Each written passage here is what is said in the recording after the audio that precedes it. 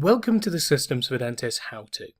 My name is Graham, and in this video I'll show you how to use the Cashbook in SFD. The Cashbook is one way you can cash up at the end of a period. It totals all the historical payments made since the last time the report was run. There is also an alternative way of viewing payments taken. This is called Dashboard. I will discuss Dashboard in another video.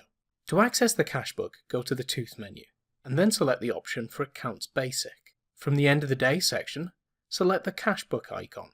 On the next screen, choose to process. You will be advised that running the Cashbook cannot be undone. When you select Yes, you are then presented with a list of payments. These have been made since the Cashbook was last run. The Date column lets you access the historical Cashbooks by clicking on the date they were run. Print prints a copy of the Cashbook. The Patient button opens a patient that is selected in the main window.